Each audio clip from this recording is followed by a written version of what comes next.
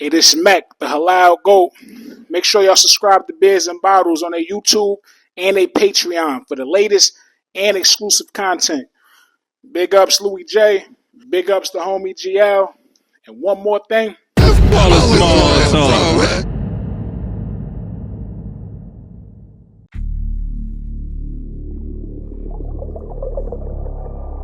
Yeah.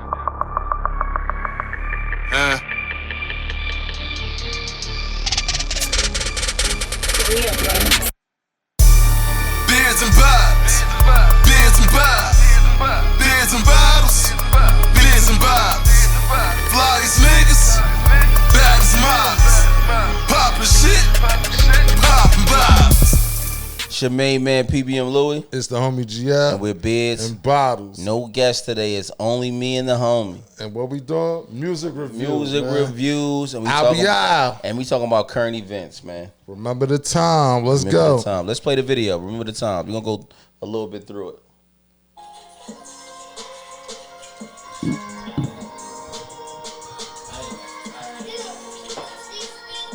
The video on it, right? They getting the video on this, right? Put the camera, fix the camera, hurry up, bro. Adjust the camera. Huh?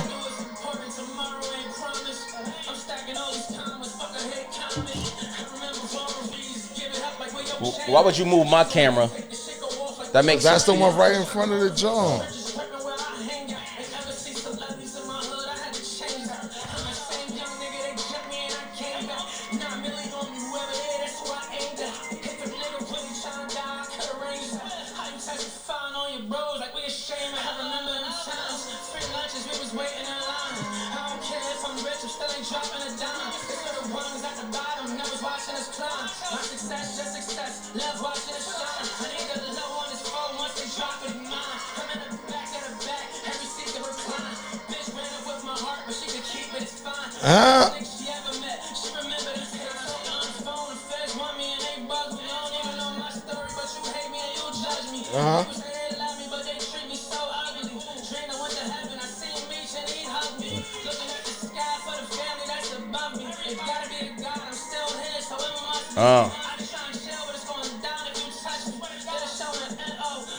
Oh, you can stop it. You can stop it, bro.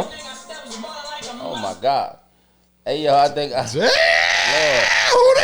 Hey yo, I'm being honest with you, bro. I think I'm biased. Yeah, because we're from the city. Yeah, I know most people from the state. We from the state. We know most people in the video. The song so dope. The beat crazy. I don't know who did the beat. The beat crazy. The concept fire. He talking about a lot of things that's touching home and hitting here for me. You know what I mean? Near and dear.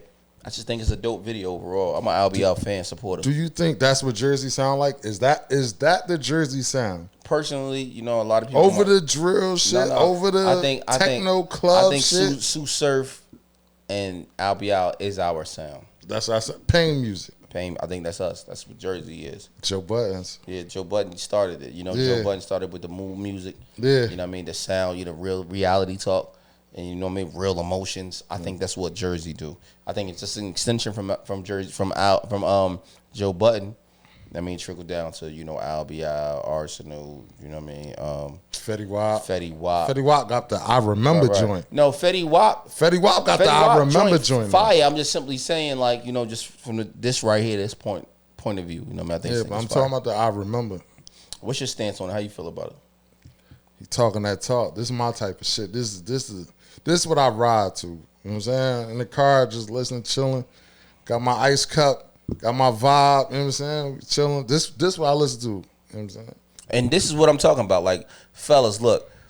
You got to have the Johns in your video, pretty ones. Not the joints from your block. You got to have nice joints in your video. Not the joints from your block. And what I'm telling you, like, and it makes sense. When you see the video, it's nothing but fire in this video.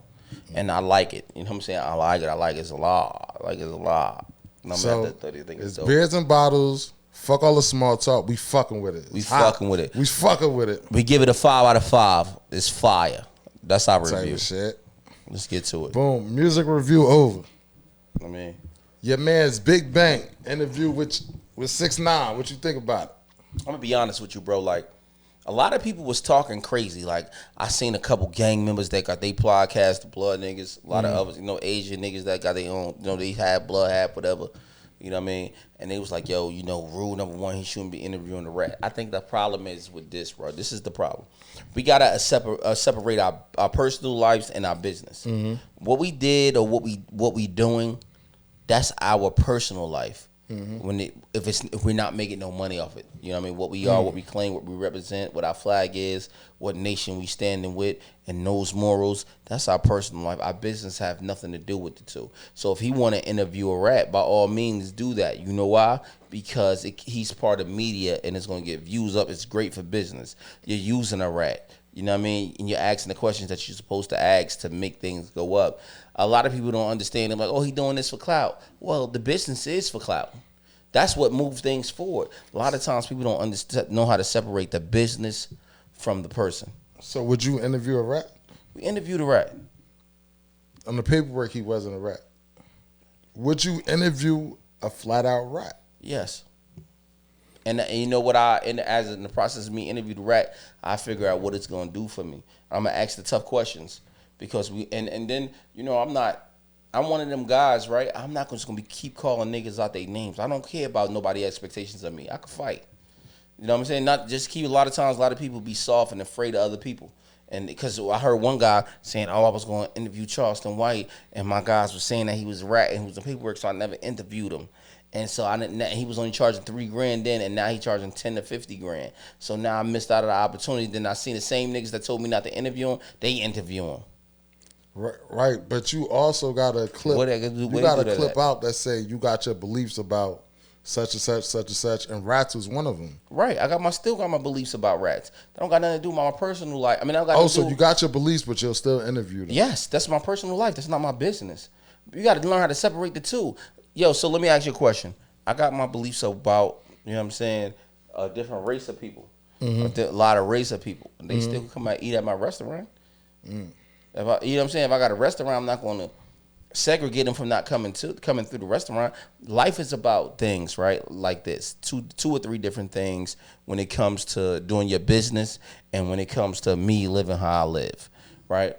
How I live, one, I was a gang member, right? I'm no longer that. You was right? a gang banger. No, I was a gang banger at one point. Now I'm just a gang member. You know, my name is in the rap. That's the jersey up.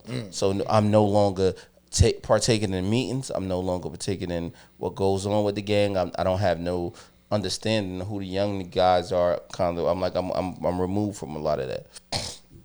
So that's from one, right? And then my principles are still the same, right? But when you comes to your business, your principle has to be a little looser. People don't understand that. Like, I understand that, but you don't stand on this. Nah, I stand on that. But that have nothing to do with my principles because this is not real life. This is my business. This is entertainment. But bring it back to their interview. It felt like 6ix9ine was trying to make a point to be extra performative.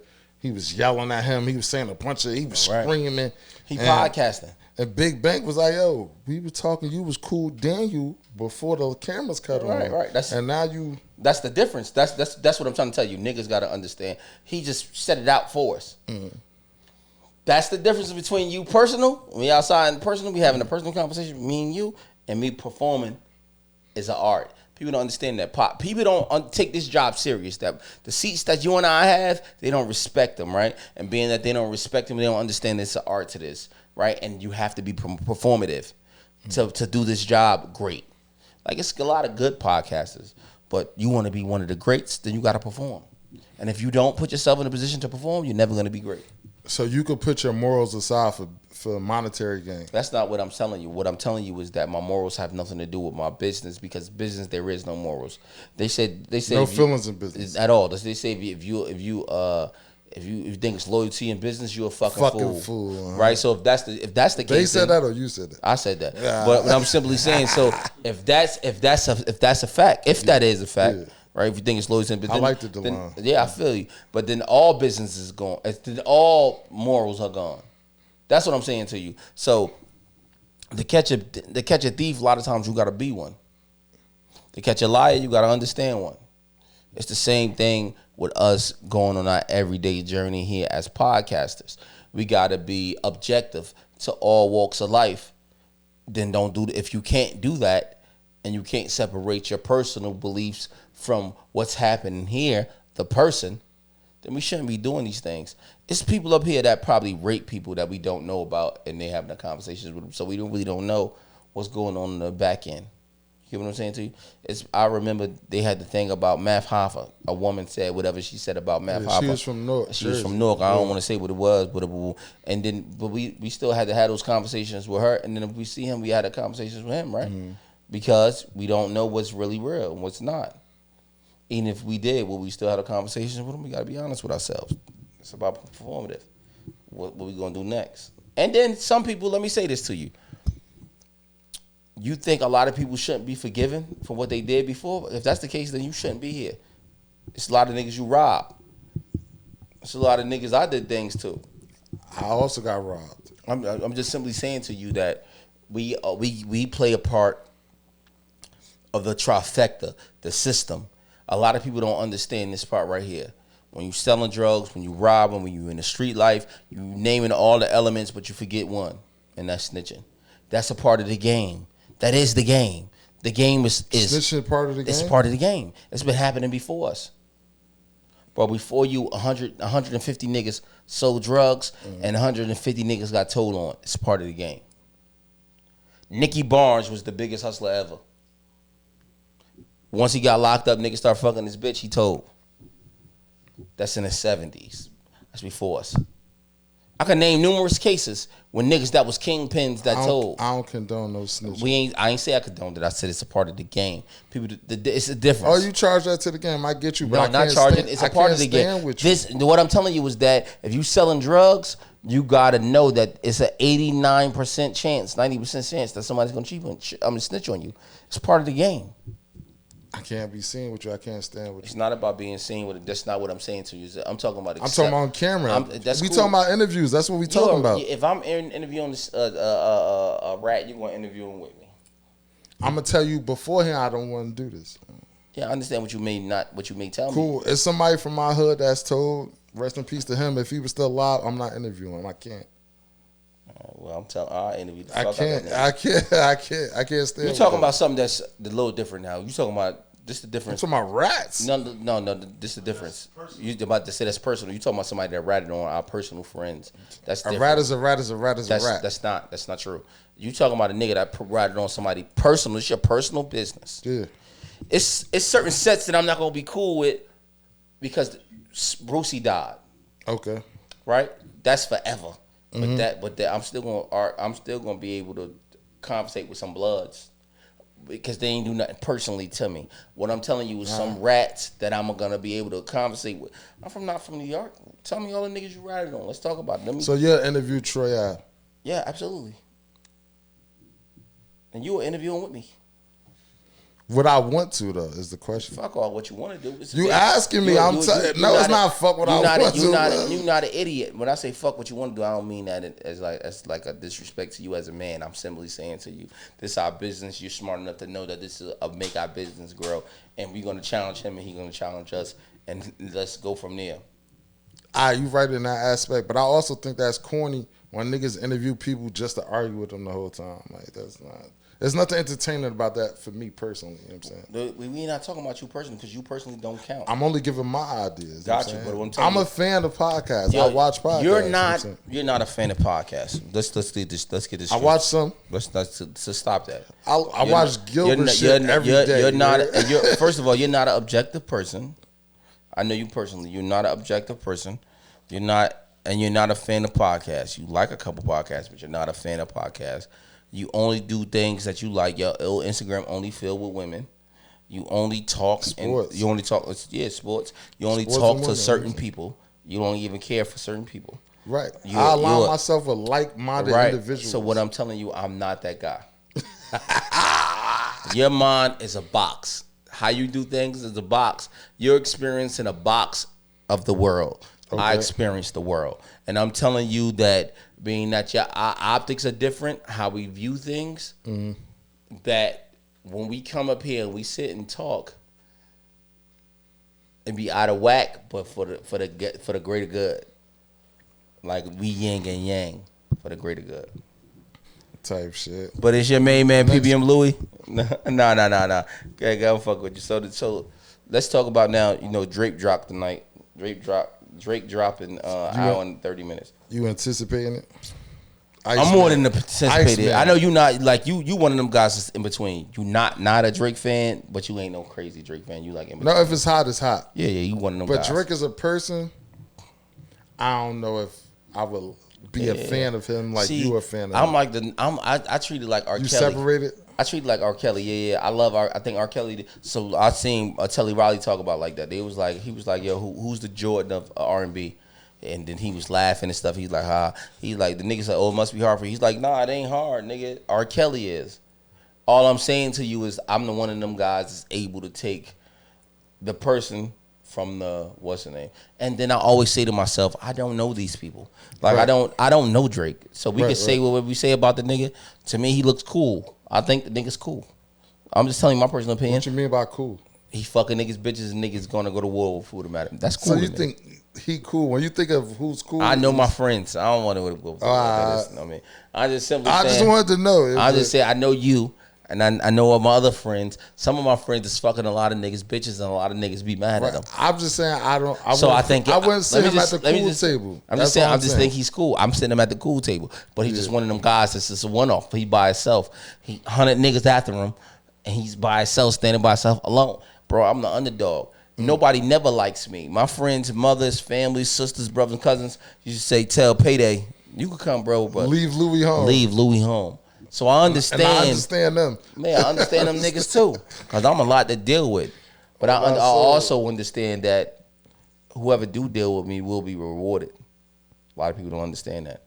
Bro, everybody that told niggas that I wouldn't be successful, I was going to be dead, I was going to get killed, my basketball coaches, all that, I outlived them. I'm about to be 40 years old. I know this might not be a big feat to you, but I outlive niggas. Nigga, I'm happy you alive. Don't say it like that. You're a real nigga. I appreciate you. I knew you 20 years, but I'm telling you, I outlived niggas. Not only did I outlive niggas, right? I've been years. It's been years for sex. So I got less education. My mommy didn't buy me no shoes. Nobody couldn't do nothing for me, and there was nobody to run to. My cousin was insane, retarded. Nobody. I'm just telling you, my older cousin. There was nobody to run to. I had to save myself, and I did it. No matter what level I'm on now, I might have lost a lot, but I'm telling you, I saved myself. I don't see myself in these niggas. They ain't me. It's your main man, PBM Louis. It's the homie GI. Your beards and bottles. Whoa.